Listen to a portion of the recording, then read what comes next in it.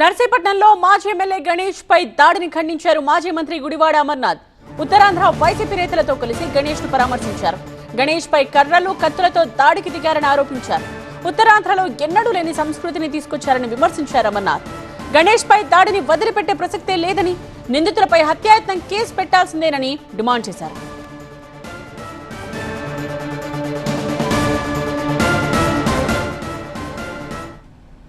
ఉత్తరాంధ్రలో ఇటువంటి సంస్కృతి లేదు.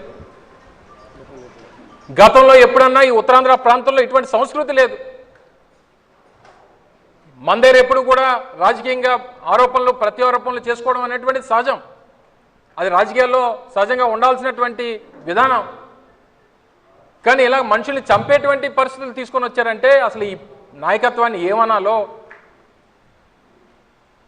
ప్రభుత్వాన్ని ఏమనాలో, లా అండ్ ఆర్డర్ కనీసం కంట్రోల్లో లేనటువంటి ఈ ప్రభుత్వం ఈరోజు రాష్ట్రంలో ఉన్నందుకు బాధపడాలో తెలియనటువంటి పరిస్థితులు ఈరోజు రాష్ట్రంలో ఉన్నాయి. ఎప్పుడూ లేనటువంటి సంస్కృతి, ఉత్తరాంధ్ర ప్రాంతంలో లేనటువంటి సంస్కృతి, ఈ రకంగా దాడులు జరిగేటువంటి దాన్ని ఉపేక్షించేటువంటి పరిస్థితులే ఉండవు అనేటువంటి విషయాన్ని కూడా ఇది పార్టీ నాయకుడు జగన్మోహన్ రెడ్డి గారి మాటగా గణేష్ కుటుంబానికి భరోసాను ఇవ్వాలనేటువంటి అభిప్రాయంతో రాత్రి నుంచి పెద్ద ఎత్తున రాష్ట్ర వ్యాప్తంగా పార్టీ అంతా కూడా వారి వెంట ఉంది అనేటువంటి మెసేజ్ని ఇస్తూ ఉంది.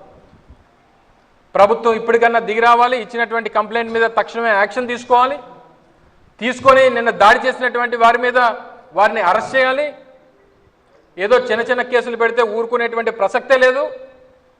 అటెంప్ట్ టు మర్డర్ కేసు 307 పెట్టాల్సిందే.